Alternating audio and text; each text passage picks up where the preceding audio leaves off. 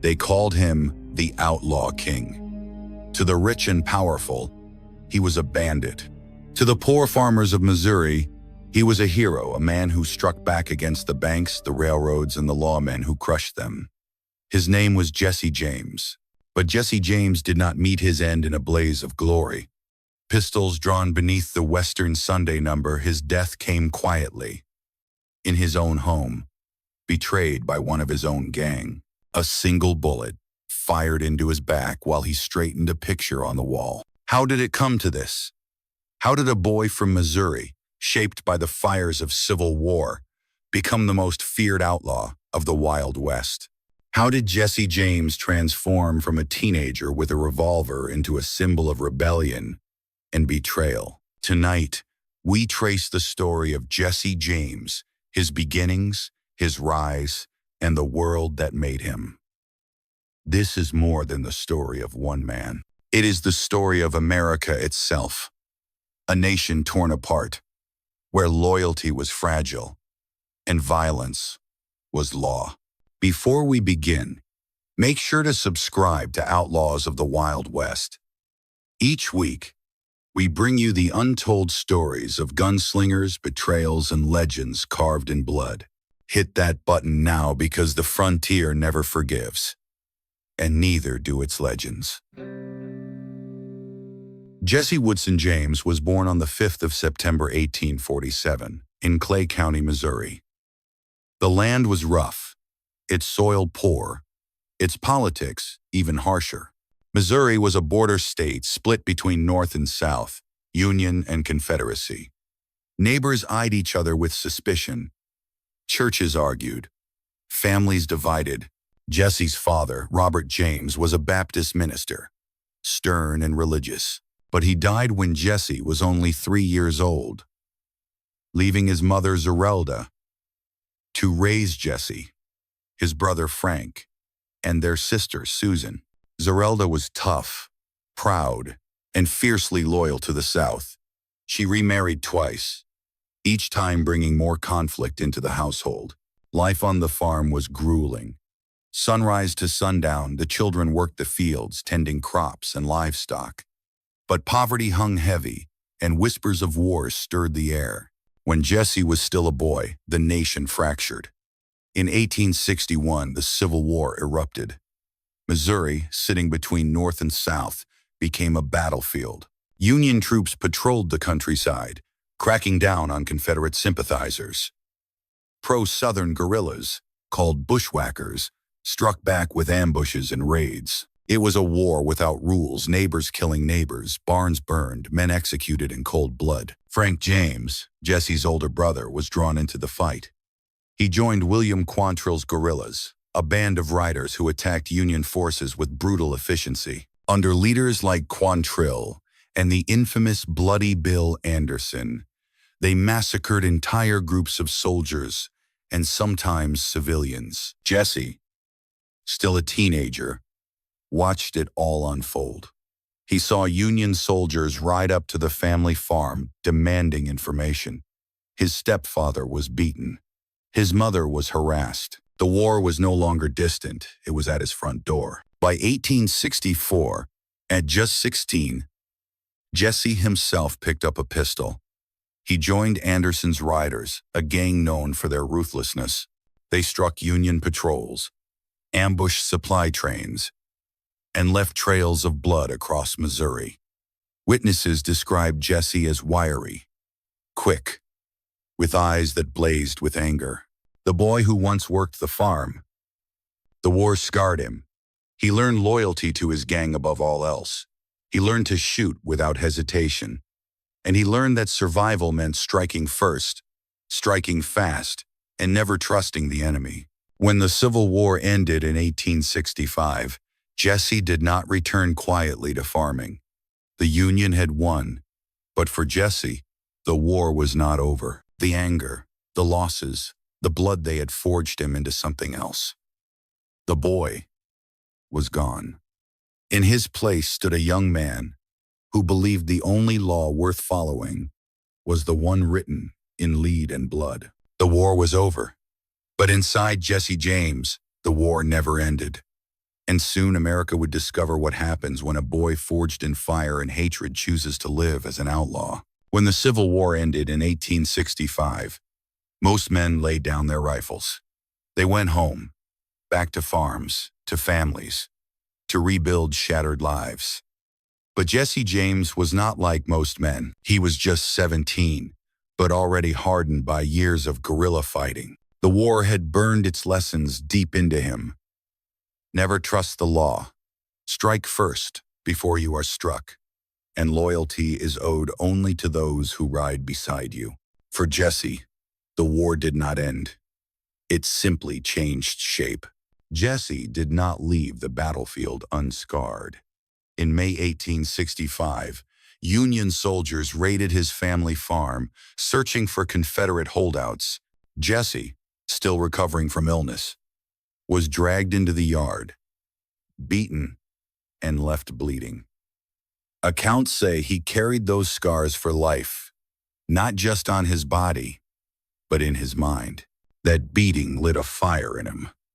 The Confederacy may have surrendered, but Jesse had not. The Union had humiliated his family, scarred his mother, and left Missouri smoldering. Jesse's anger, already smoldering, now burned white-hot. The war's chaos had left Missouri crawling with men who did not want peace. Former bushwhackers, the guerrilla fighters Jesse once idolized, now turned their guns to outlawry. Robbery, rustling, and revenge became their trade. Jesse and his brother Frank drifted back to these men. They found old comrades who refused to surrender. Among them were Cole Younger and his brothers, hardened fighters who, like Jesse, could not imagine a life behind a plow. After tasting blood and freedom on horseback, these men, veterans of Quantrill and Bloody Bill Anderson, would become the core of what history remembers as the James Younger Gang. The end of the war had left Missouri's economy shattered. Banks were rich, railroads were expanding, and farmers were broke. To the guerrillas turned outlaws, banks and trains were not just targets, they were symbols of the enemy. On the 13th of February 1866, the Clay County Savings Bank in Liberty, Missouri, became the stage for one of the first daylight bank robberies in American history. Witnesses later swore Jesse James was there. It was a cold afternoon when masked riders thundered into town.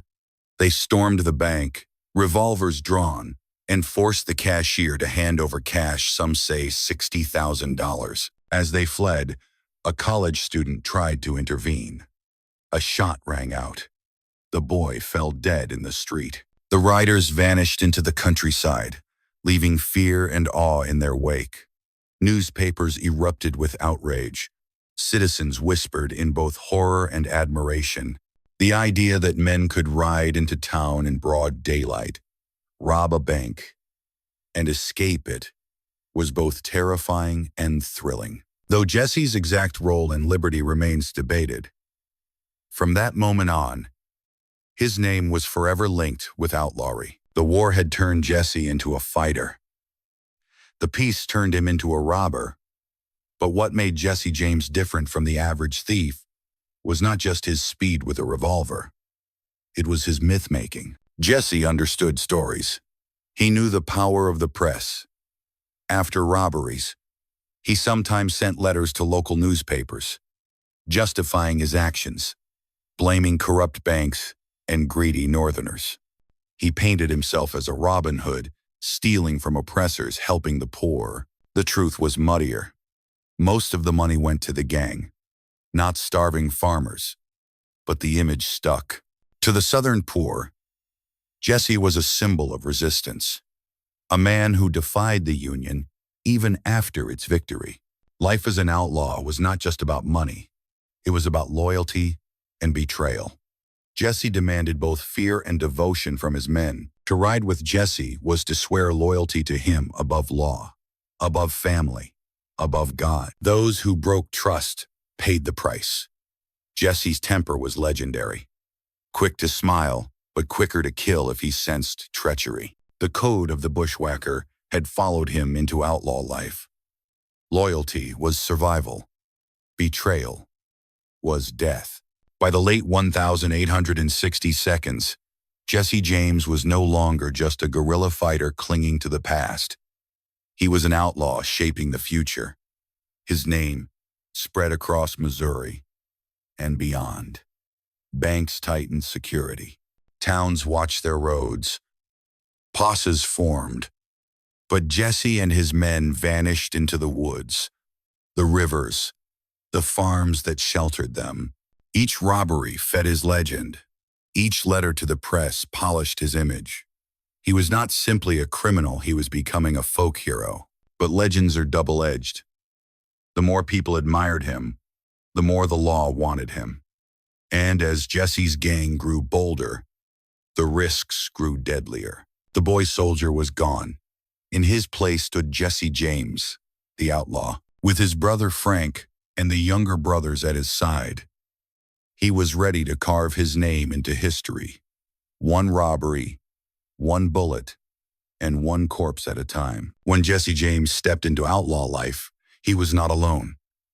At his side was his brother Frank, steady, intelligent, and loyal. Alongside them rode Cole Younger and his brothers Jim, John, and Bob, men forged in the same fires of guerrilla warfare. Together, they would form the most feared band of outlaws in the American frontier, the James Younger Gang. The bond between these men went deeper than crime. They had fought together as bushwhackers, ambushed Union patrols, and survived raids where death came quick and merciless. They trusted one another more than any law, more than blood, more than God. But now the war was over, and their rifles needed new targets. Missouri's soil could not feed them, but the banks, trains, and stagecoaches, those were rich with opportunity. To them, outlawry was not just survival. It was an extension of war. The Union had won on paper, but the James Younger Gang refused to surrender.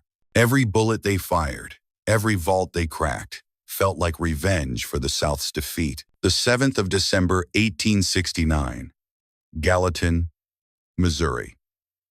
A small-town bank, quiet in the winter chill. Two riders entered town. They tied their horses and walked into the Daviess County Savings Association.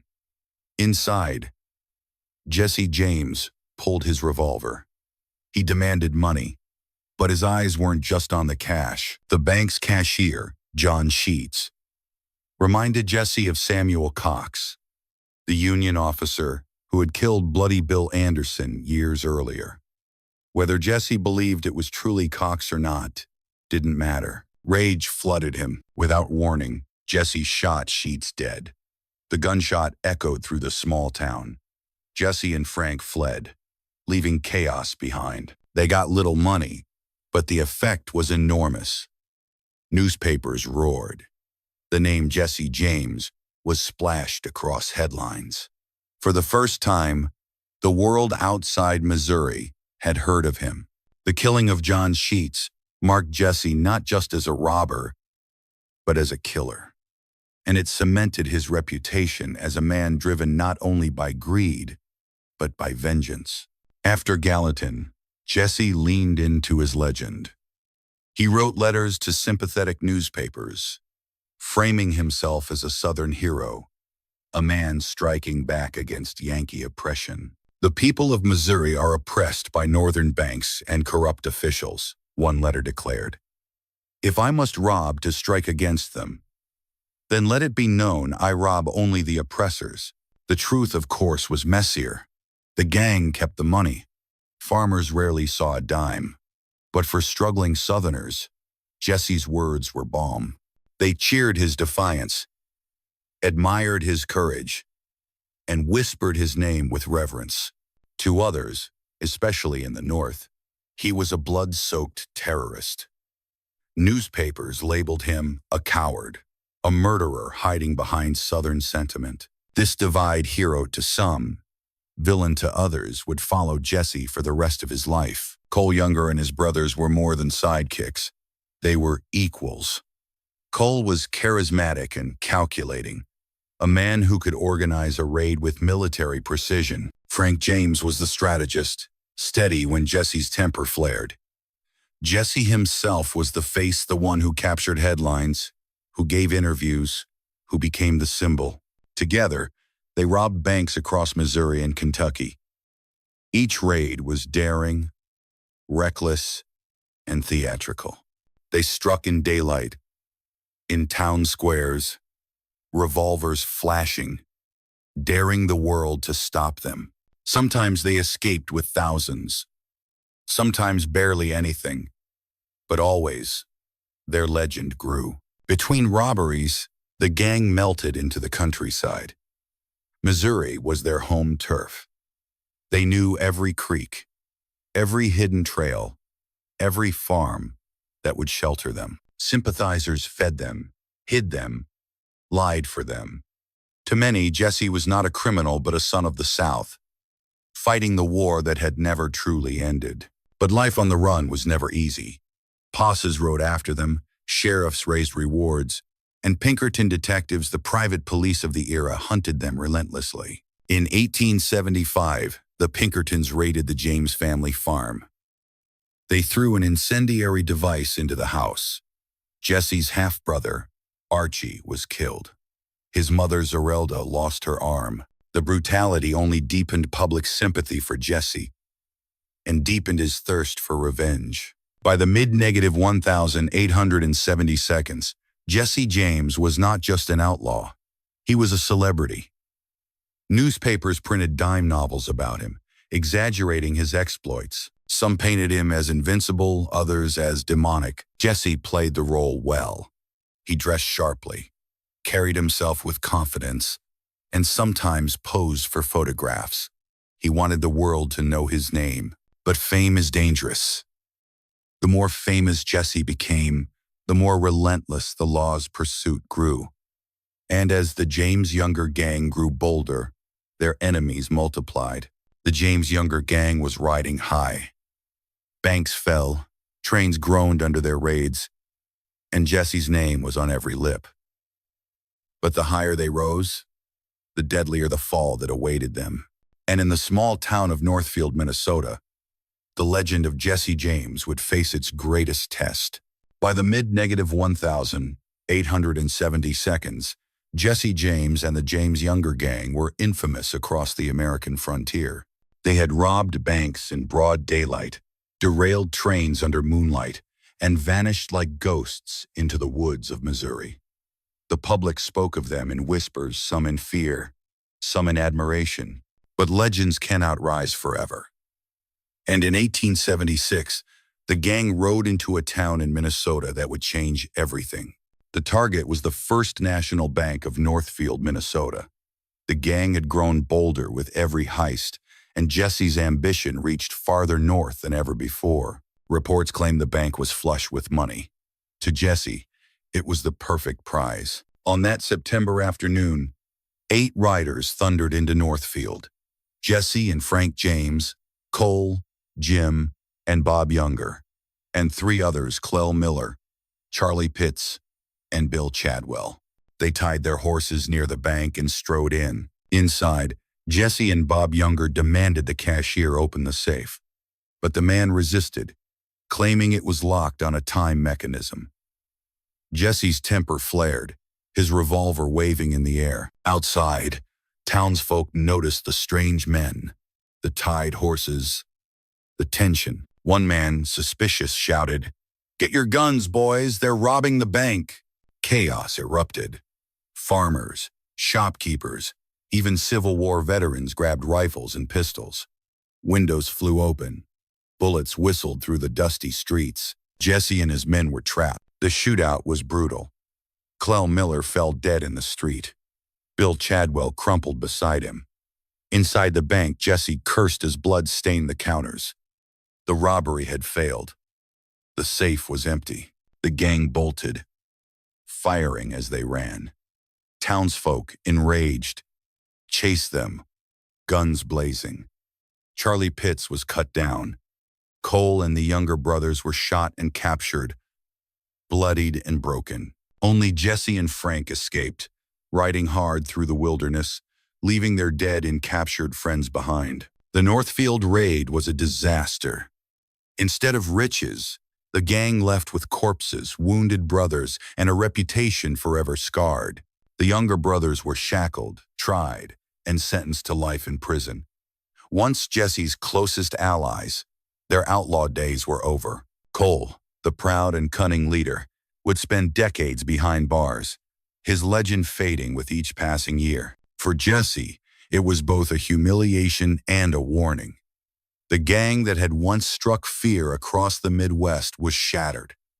Only he and Frank remained free. But if the raid was a failure in money, it was a triumph in infamy. Newspapers from coast to coast printed the story. Illustrations of masked riders, dead gunmen, and brave townsfolk filled headlines. Jesse James had failed, but the world could not stop talking about him. His name was now etched into American folklore. To some, he was a cautionary tale, proof that crime leads only to death and prison. To others, he remained a folk hero, a rebel who defied the banks and railroads. Jesse leaned into the fame. He sent letters to editors defending himself, twisting the narrative. He blamed corrupt businessmen, painted himself as a man of the people. He knew how to turn infamy into immortality. After Northfield, Jesse lived in the shadows. He and Frank hid under false names, moving from town to town. They tried to live as farmers, as ordinary men. But the law never forgot. Rewards climbed. Pinkerton detectives kept hunting. Yet Jesse could not resist. The thrill of outlaw life, the hunger for money, the taste of rebellion had pulled him back. He planned new raids, gathered new men, and tried to rebuild what Northfield had destroyed. But something had changed. The old brotherhood was gone. New recruits were less loyal, less bound by war and blood. And Jesse's paranoia grew. By the late 1872, Jesse James was no longer just a Missouri outlaw. He was a national figure. Songs were sung about him. Children whispered his name. Dime novels painted him larger than life. But the more famous he became, the more isolated he was. The Pinkertons still hunted him. The law wanted him dead. Even some Southerners, once sympathetic, grew tired of the bloodshed. And Jesse himself had changed. The boy forged in war had become a hardened man, suspicious of everyone, even his own gang. The James Younger gang was gone. The Northfield raid had shattered their brotherhood. But Jesse James refused to quit. He rebuilt his band with new faces, yet with each robbery, betrayal crept closer. And soon, Jesse would learn that the deadliest bullet is the one fired from behind. The James Younger gang was broken. The younger brothers were locked away, their faces pale behind prison bars. The bodies of loyal riders lay buried under the Minnesota soil. Only Jesse and Frank James remained free. But Jesse James was not a man who quit. The Northfield disaster had not broken him. If anything, it hardened him. He would rebuild. He would ride again. And he would remind America that the name Jesse James was not finished. By 1879, Jesse began gathering new recruits. Some were old comrades, but many were strangers young, reckless men drawn by his reputation. They were not forged in war like the bushwhackers. They had not bled beside him at Quantrill's raids. They were opportunists, thrill-seekers, hungry for Jesse's fame. Among them were men like Dick Little, Wood Height, and brothers Charlie and Robert Ford. They pledged loyalty, but Jesse's sharp eyes saw what lay beneath: greed, fear, and ambition. The James Younger gang was gone. What replaced it was a looser, weaker band, and Jesse knew it. Still, the raids continued. Railroads had become Jesse's favorite target. They symbolized northern power, big money, and corruption. They also carried cash, gold, and bonds ripe for the taking. One night in July 1879, Jesse's new gang struck near Glendale, Missouri. They stopped a train under the cover of darkness, revolvers flashing, passengers cowering. They made off with thousands in cash and bond. The robbery was smooth, efficient, and terrifying. Newspapers splashed it across their front pages. Once again, Jesse James was in the headlines. But the more they robbed, the more desperate the law became. The Pinkerton Agency doubled their efforts. Sheriffs from Missouri to Kentucky raised posses. Every robbery made Jesse richer and more hunted. Jesse James had always been slippery, but the 1,880 seconds brought him closer to death than ever before. In one raid, Pinkerton agents nearly caught him at his mother's farm. Shots rang out across the fields. Jesse slipped into the night, bullets sparking off rocks around him. Another time, a posse cornered him near the Kentucky border. He vanished into the hills, leaving bloodhounds confused and lawmen swearing. Each escape fed his legend. People whispered that Jesse could not be killed, that he was charmed, untouchable. Children sang songs of his escapes while lawmen cursed his name. But Jesse himself knew the truth. Each escape was luck, and luck runs thin. The years had changed him. He was no longer the fiery boy forged in war. He was in his 30s now, tired, suspicious, and quick to anger.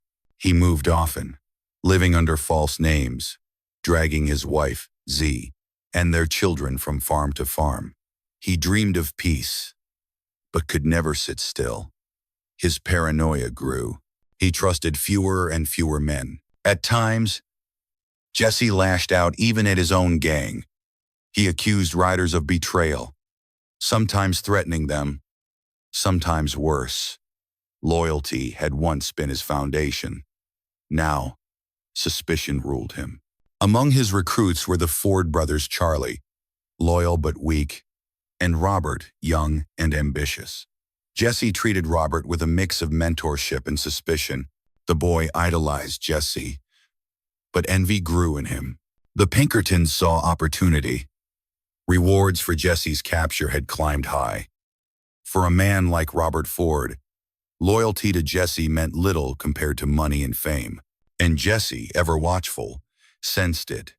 He grew more paranoid, more cautious. But even he could not stop what was coming. In 1881, Jesse narrowly escaped death in Kentucky. A raid had gone wrong, and he found himself cornered by lawmen in a small town. Bullets cut through the night air. Jesse's horse was shot from under him. He scrambled into the dark, revolver blazing, blood streaking his shirt. Somehow, he slipped into the woods. The lawmen found only his dead horse and a trail of blood. They swore he had been mortally wounded. But weeks later, Jesse reappeared, alive, riding again. The newspapers declared it a miracle. To his enemies, it was maddening. To his admirers, it was proof. Jesse James could not be killed, but Jesse was not invincible. He knew it. Each raid left him more exhausted, more suspicious, more aware that his time was running short. The men around him were not brothers forged in war, but strangers drawn by greed. He had escaped death many times, but betrayal was riding at his side. Jesse James had fought the law, outlived pauses, and cheated death more times than anyone could count. But no outlaw can escape betrayal. And in his own home, with men he thought were loyal, Jesse James would face the bullet that no legend could outrun. Jesse James had survived the Civil War, the Pinkertons, the law, and even his own mistakes. He had ridden through fire and smoke, cheated death more times than anyone could count. But by 1882, his gang was broken. His friends were gone, and betrayal rode closer than ever. After years on the run, Jesse tried to live quietly. He moved to St. Joseph, Missouri, with his wife Z and their 2 children. They lived under the name Mr. Howard. To neighbors, he seemed an ordinary man, a farmer, a father, a husband, but Jesse could never truly rest. He moved often, always suspicious of spies.